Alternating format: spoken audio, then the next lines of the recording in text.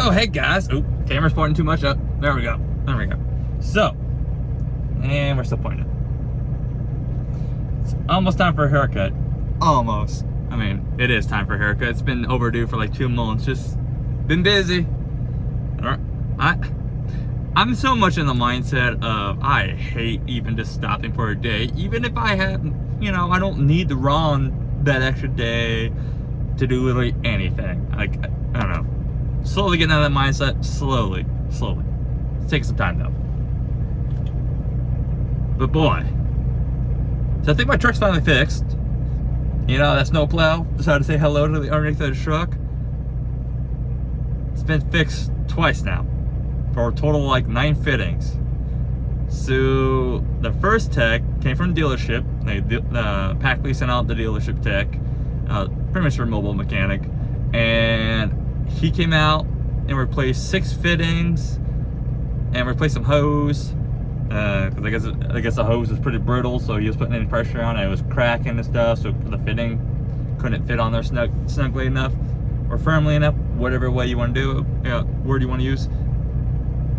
Thought we were good, because, yeah, man, there wasn't really any, that first day, right, there wasn't any really air leaks I could hear, like nothing audible at least, right? Well, the end of that night, I got to, what was it? What was that place? I forget the name of the place. I literally just fucking delivered there too. Wow. Tells you it didn't stick out that much. Oh, Market Basket. And I shut the truck off, don't hear anything, right? Go turn the truck on, I'm like, wow. And then, to be fair, I did get a 34 there, because I was there early enough and long enough. Because they had overnight parking, and I didn't have to do anything. I already did laundry, I already showered, so I know I'm good for at least a day and a half on the shower. I shower every other day, pretty much. So I did 34 there. But I go to turn the truck on, about, it's like 17 hours later, 20 hours later, something like that, to get into the dock, and I'm like, oh look, I have 60 pounds of air in the truck. Got no air, pretty much. Fired it up, went outside, and yep, just hissing away. So, a couple more fittings gave out, pretty much. So on the way over to what is this place? Pottsville. That's like, there was this TA in Montgomery, New York, and I was like, you know what? I gotta get a little bit of fuel anyways to finish out the week, and just finish out the week pretty much. I'll go in there so they have a shop to see how busy they are. I go in there, I was like, you guys are pretty busy, aren't you? Or don't have a tech, because I didn't see anybody in the bay. He's like, no, not at all. I was like, huh. How long would it take you to get my truck in and fix my air leaks? I told him about a snowplow thing, and it's just probably a fitting or two, maybe a little bit of hose. He's like, hour or two. Okay. I was like, you know what? Let's do it. Call Packley's up, because I'm not paying for everything yet on this truck for maintenance wise. So I call him up, right? And I'm like, hey, I'm here at this TA. Still got some air leaks. I think it's residual or things just giving out. That maybe the ice was giving in place, and as the ice melted, it just, it was pretty loud. I was able to build air and hold air, meaning hold it isn't like it was consistent, but the governor was always going off about every 2 to 5 minutes. So I was building air. It would just seep out. The truck was parked. It was a few hours pretty much. Well, Packley's, okay. So Packley's, for those who aren't aware of Packley's, okay. So you call their roadside, and since this truck's based out of the west, it's called Central. It might be Central for everywhere, but I mean, it's just, as far as I know, they're Central. And they could pretty much tell you, yeah, go ahead or no. But I told them I'm here at the TA, and get me in and out in 2 hours, And I was told, wait, we got to make some phone calls, see if we want to send you there, send you a drivable, send you somewhere else. I was like, okay. Well, then an hour rolls by, like 50 minutes. Normally, they usually call me back at like 10, 20 minutes, right? About 50 minutes rolls by, and I'm like, what the hell's going on here? Like, what the fuck? I was even poking fun at it, right? Talking to another person in the company. He's like, sounds like them. But all of a sudden my phone rings, and they're like, "Are you still there at TA?" I was like, "Yeah." What do you mean? What's going on? It's like, this Packley's called me. Packley's like, "We need you to go check in." I was like, "Oh, you guys never called me." She's like, we never called you?" I was like, "No." Not even a text? I was like, "No, last text I got was my case number from an hour ago." She's like, "Go, okay, go check in." Okay. I check in. At that point, I was like, it was, I only got like 4 hours sleep the night before anyway, so I was like, it's like 1500 afternoon, almost 1600. Only 2 hours away from delivery. I guess I'll stay here, right? It's only 2.5 hours. I mean, piece of cake. Yeah, I mean, simple, right? Simple fix. The problem was, it took him like about an hour fucking getting it to stop leaking, because he'd replace it, and then the fitting wouldn't hold. But since he put the fitting on, and then it was a little bit of the hose that was kind of broke, and a couple of the fittings he tried also just didn't want to cooperate. So he replaced some hose, replaced a couple fittings, and it ended up being 2 fittings. So the first fitting was on the air tank itself, and then he didn't know about the other leak because it only happened after the truck built air and it went to go purge the dryer. And then at the tank, I guess it purged, or wasn't supposed to purge, but it was doing a purge. Like, it was weird. It only happened when the governor would purge, and then something like back there would purge off of the air tank, and so another fitting. That's how another fitting was found to be either broken, worn, something. But so far, we're like, what, 8 fittings now? I don't know how many more fittings are under there, but it can't be very many. Either way, it sounds fixed. This truck is definitely happier. The governor's not working as hard, right? But remember, I've been saying for a few years now, I've had some plans on the works. Wow, they're finally happening. I am preparing to bring on my own employee, my first driver. I know, not time to do it. I fucking know, right? But I'm doing a little differently than most would. I'm bringing the guy on, and first, he's also my best friend, right? Like, I've known him since I was 15. We've worked together before. We've lived together, so if we could stand to do that, be in each other's fucking up each other's ass all fucking day at work, and then go home and be up each other's ass and not kill each other, or also only 5 years apart, both in about the same mentality, right? He's about as perfect an employee you can get for to start off, but he's not gonna be my employee right away. So he's coming over. I'm bringing him on. I'll be his dispatcher either way. All right, I book my own loads. I'll book his own loads.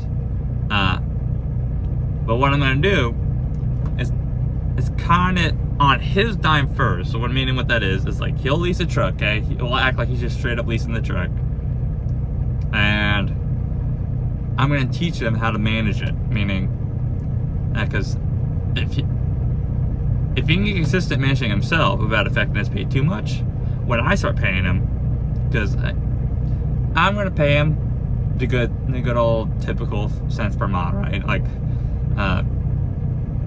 that's the best place to do it when you're small. But if he can manage a truck on his own without affecting his pay, he can do it for me. Like, he'll be in the habit of it, because I'm gonna have him do that for about 2-3 months, maybe another month longer, just till I feel comfortable enough with him. With him being 100%, I can do this. It's pretty easy type thing, where he doesn't think like, oh, it's Thursday, right? And I only need to drive 400 more miles or 300 more miles for the day or for the week to finish out the week, right? To where he just thinks because he's low on fuel that he's gonna fill completely up. No, so if you only need like 60 gallons left to get to the rest of the week, just 60 gallons, or 100 gallons, whatever. That type of mindset, right? And then I will probably get a hold of the company, start buying that truck from the company. It's gonna be a bit of a learning curve, because it's one thing to do it to yourself, right? Like, I know my operating costs, and I know. So I got to treat it the same way. Factor in his operating, that truck's operating cost would technically be higher because of his pay and the base pay of the truck, meaning the fixed cost and then his base. So it's going to raise it up. So it's going to be interesting. It's going to be a bit of a learning curve. And if it works out, cool. If it doesn't, well,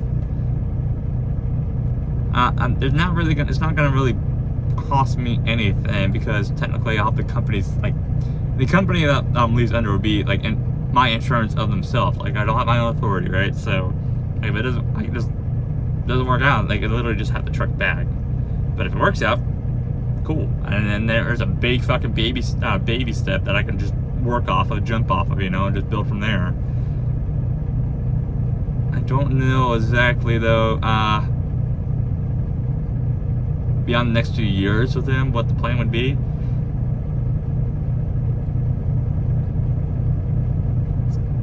But next 2024 will really be the big question. It has questions, but it'll really answer most of the questions I'll have. I mean the whole year, between the rates going up, equipment going down.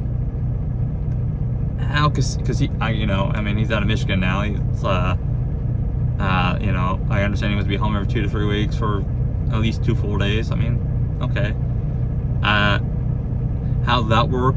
I'm starting to transition to start to build my own relationships where I'm ready to, if I ever decide to get my own authority or just lease under, either way, have my own relationship so I can build deals off of or work things off of, lanes. Because most of my learning in 2023 is pretty much done. It wasn't exactly easy this year. Fucking made it somehow. I also technically would have made less money this year than I would have overall because I pulled contract for the first 6 months. And it was lower than spot market rates I've been pulling. Not by much, but lower. 20 cents over the year adds up, right? It's 20 cents on the same miles over 6 months adds up. Now, to be fair, I was home all of March, so technically it's only 5 months, but like he's pretty simple. He just wants consistency. He just wants pretty much have his bills paid. That's pretty much what he told me. I'm not gonna say I'm not a little nervous at the same time, but I'm looking at it like he took care of me when I was younger, right? I took me under his wing. We're only 5 years apart, right? I met him when I was 15. Fucking old farts now, right? It's my turn to repay the favor. Okay, that's pretty much how I'm looking at it, right? My turn to return the favor. He doesn't care about the office stuff. Who knows what will happen 5 years from now? As of right now, just get him here, get him set up, get him used to running things on his own, and then I'll take over. Which also means I'll be the one paying him directly. So, meaning my LLC is about to start getting some real work in, and getting some. Probably start looking at getting his own credit, its own credit here within next, probably 2024. What I'm getting at is 2024 is going to start being the year I start pushing forward. I'm no longer happy doing what I've been doing for the last 3 years. 2 years of JCT, doing the same thing over and over and over again, pretty much. Came over here. When I came over here, part of the agreement was, part of what I told him was, I'm not looking to just lease a truck, lease purchase truck, whatever. I'm looking to also start somewhere where I can start building my own thing.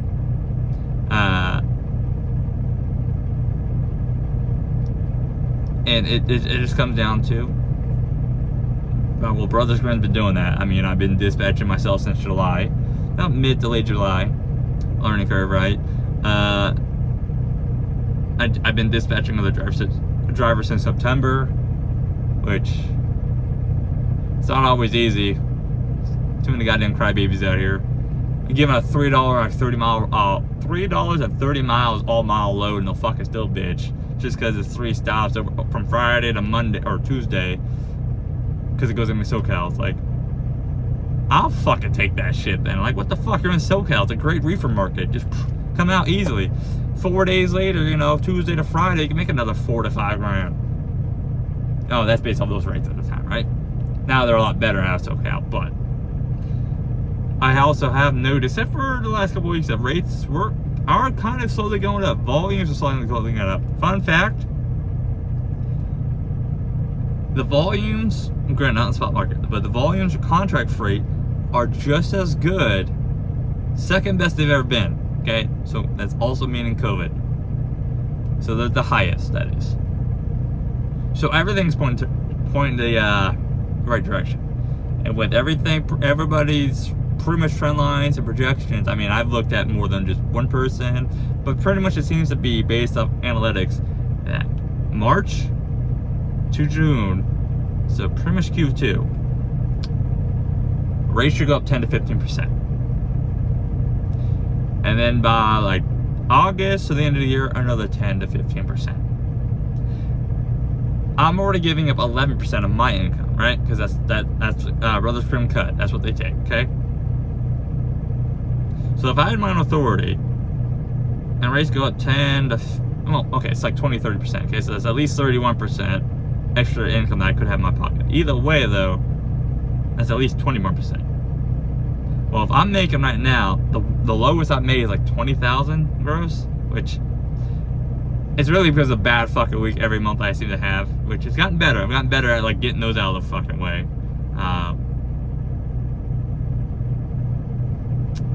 But if I can make 20K gross minimum, right?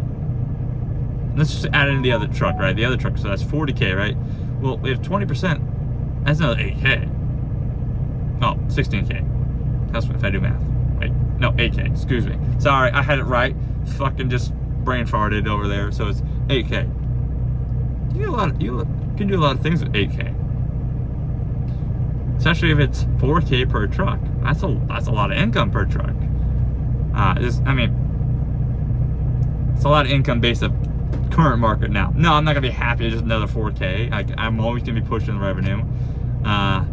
Obviously, like I said, when I'm building relationships, right, I'm gonna be looking at either brokers, where I get on friendly terms with brokers, meaning they want to treat me like an actual carrier themselves, you know, where I get some better rates for that lane, just go back and forth all the time, or just find a shipper that I pulled enough loads for. They're like, hey, we like you, you know, you want to do like here's some contracted freight for, you know, a couple loads a week, you know. It's just that time. And no, it's not gonna be easy. It hasn't been easy so far, but I can manage. I mean, not retarded, you know. Okay, maybe a little, just maybe a little.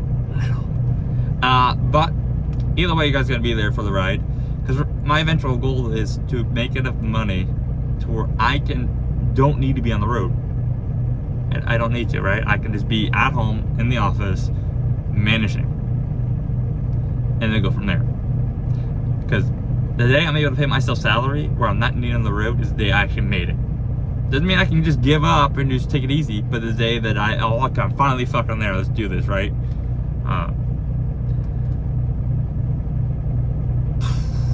But we shall see how it goes. Figure out to make this video early.